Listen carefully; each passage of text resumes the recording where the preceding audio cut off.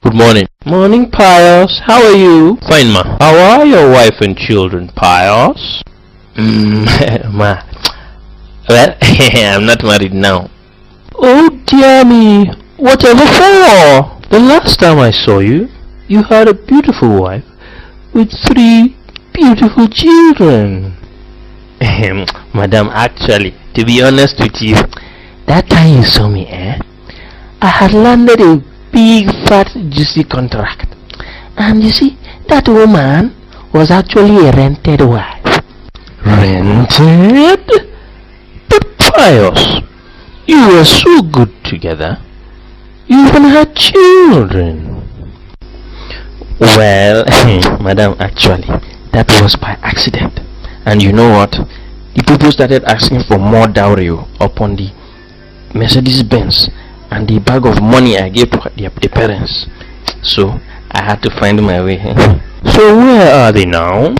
Well, you see, madam, in the process of demanding her right from me, the parents turned her into a winch to torment me so that I will give them. And now she is in the deliverance home with all the children.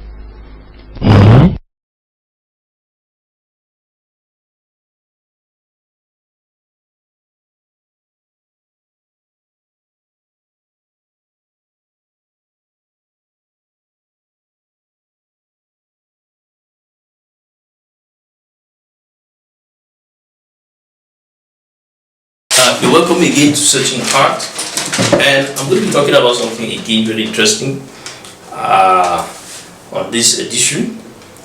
And this is the question. We've been talking about mystical issues, the church being very concerned about mystical issues, religion generally being very concerned about mystical issues. Okay, are these things true? Okay, and like I've always said, look, we need to shift from these things and really concentrate on certain things that we human beings are more adept at, like education, okay, discovery, okay, and all that. It's historically, it has been proven that this moves us forward better than mystical understanding. But it's also historical, though we try to hide it because of the Renaissance, of course, that knowledge about spiritual things also helps us to understand the world we live in, because they do exist. Okay, and this is what we want to try to understand still. Do these things exist? And how do we handle them? Okay. The topic is the question of satanic interference on earth. Okay. How true is it? And how does it relate to alien encounters? Okay. Does Satan exist? Does he interfere in the things of the earth? And how does this relate to alien encounters? Okay. Now I want to. There are many stories I can dig from. I can dig from the Bible. I can dig from cultural stories from my own village. Okay, from stories, legends, European legends. Okay, so many stories. Okay, I talk of elves, talk of werewolves, talk of all sorts of things. There are so many stories, but a very peculiar one that has caught a lot of attention recently are alien encounters. Okay, I have spent some time to talk about that, especially the Roswell encounter, and after that podcast, I believe that certain things have happened. There have been public inquiries in the US about it, and people have come out and given some information, okay, about these things. We can't forget the Mexican thing, where they brought out real life alien remains. Okay, so we don't know about this. We don't know how true these things are, but at least we have moved a step forward, and we've heard from people who are actually respected in society, not known to be frauds, come out and say, yes, we have certain evidence of these things. Of course, remember the YouTube channel I recommended in that very podcast, and relating his own story about Mrs. McElroy. I have a schematic here in my office, so I can't forget that name. talking about the revelations of Mrs. McElroy of the U.S. Air Force, okay, about her own encounter in Area 51, okay, Area 51, and you know how it reveals to us certain truths that have already been revealed in the Bible. Okay, it gives us more light into that data, actually, into even better revelations. And if it is true, I said, and I continue to say, then it opens a lot of, it brings a lot of light into these things. Now, we are still not sure if that story in itself is true, but we just want to look at it. Today, I'll be presenting us with an additional evidence about this very story. Now, that was in the United States. The story of Mrs. McElroy, if we remember, okay, the Area 51 crash. That was the story of McElroy. And one important thing is the name of the alien that was interviewed, okay, there in Area 51. There's another video on YouTube talking about another experience, this time in Africa, in Zimbabwe, okay? And the school, coincidentally, I don't know whether it's coincident or not, was named Ariel. Ariel, I don't know, okay? I don't know if it means the same thing, but the name of the school is Ariel School in Zimbabwe. And there's another name that comes here again. Strangely, okay, this Ariel School is located in a town called Ruwa, R-U-W-A, okay. Now we're going to come to the meaning of the name Ruwa, okay, as we discuss, and we're going to see what it actually means after.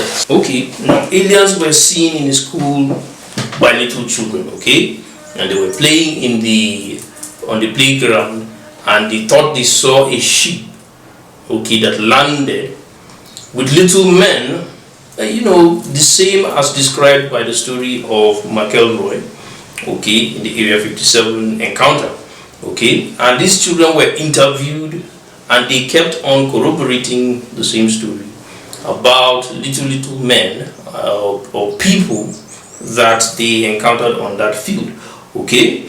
Now the name Ariel, of course, similar to Ariel, okay, and but of interest, of particular interest, is the word Ruwa, which in the Hausa language spoken widely across Africa, especially here in Nigeria and in Niger, Ruwa or Ruwa, okay, means water, okay, it means water, and it has a symbolic, it is referred to symbolically in discussions a lot of the time to mean resources, okay.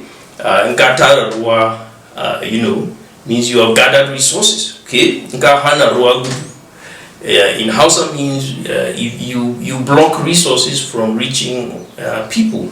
Kahana Ruwa Gudu, you know. So it is referred to as resources. In another usage, mystical usage, it is referred to mean people, okay.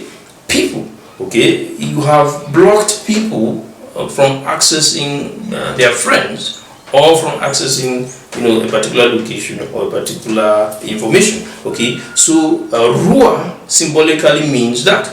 Of course, this has I don't know whether it was gotten from the biblical usage, because in the Bible, allegorically, as used in Revelations, the book of Revelations, yes, Ruwa or water means people, means the nations, okay, the nations of the world, okay. So this is what it means. So you see this similarity, this closeness in interpretation in these meanings, okay.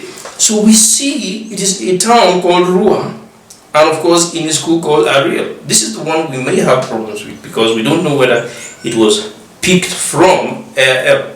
Why that school was called Ariel, we don't know, okay. So we're still trying to investigate, okay. So this is what happened in Zimbabwe, and it's popularly aired on a channel in YouTube, many channels on YouTube.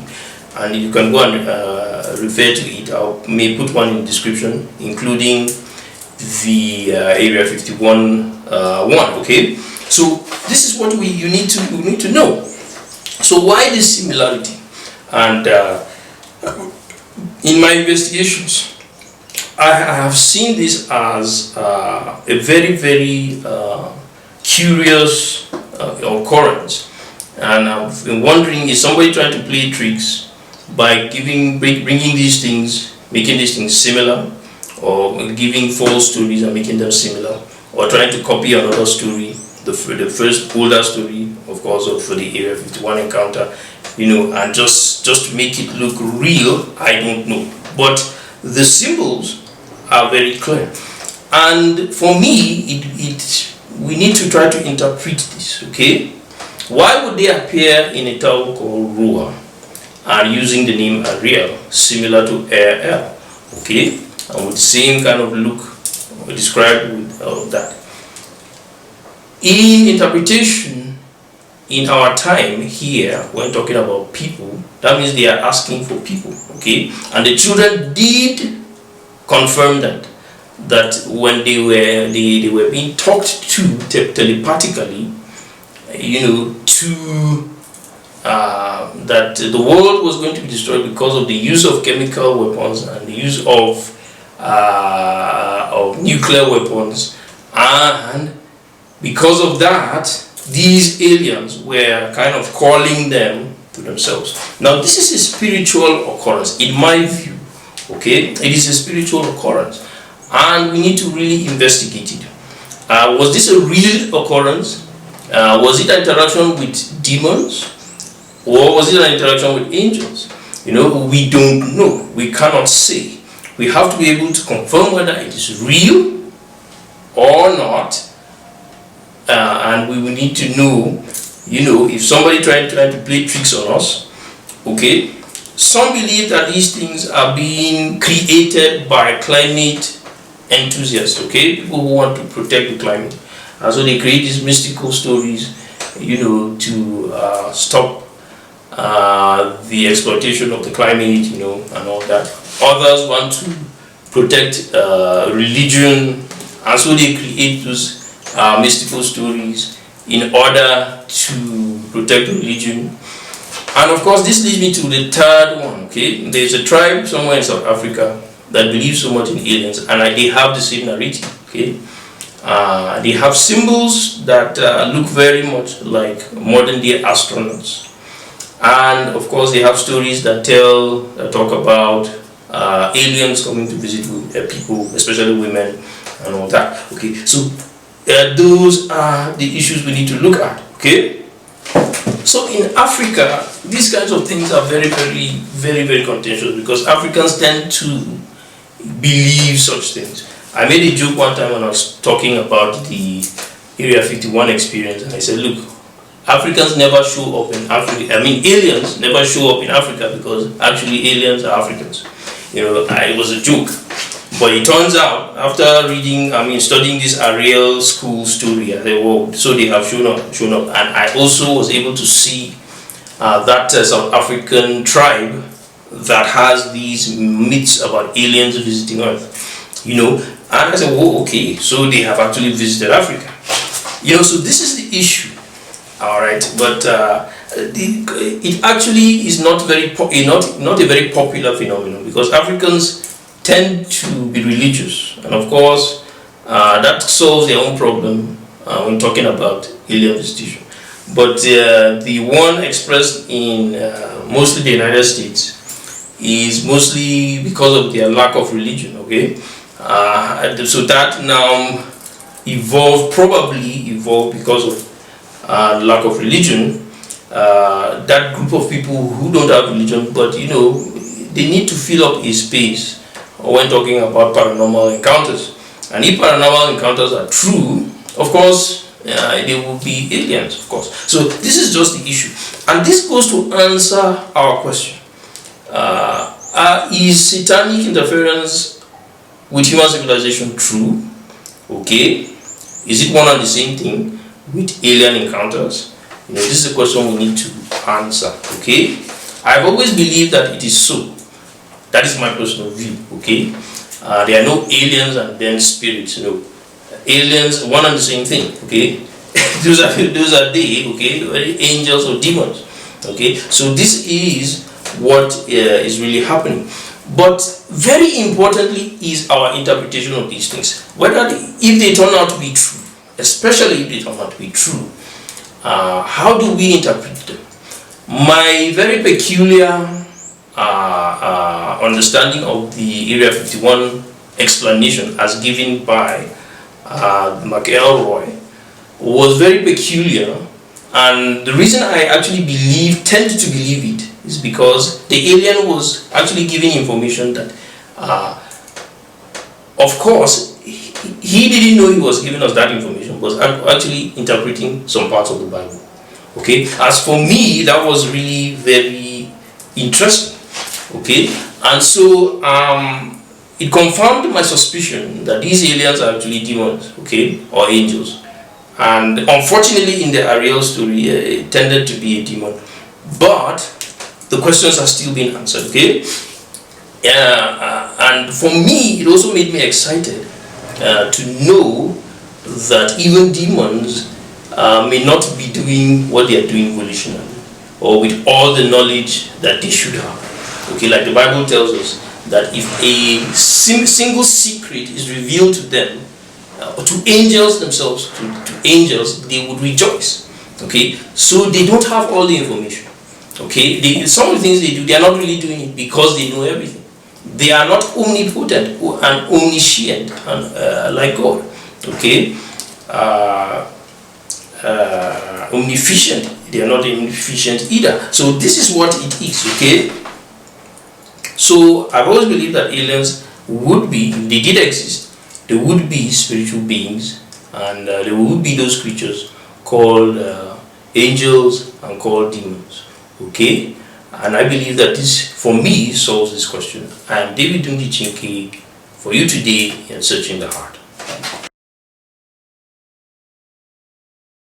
Discover a transformative journey into the kingdom of heaven. Following the initial publication, the author dives deeper with two insightful follow-up books. Ever felt disconnected from God even in worship? Explore how God's unconventional ways can transform your life. How can you align with divine plans, avoiding distractions?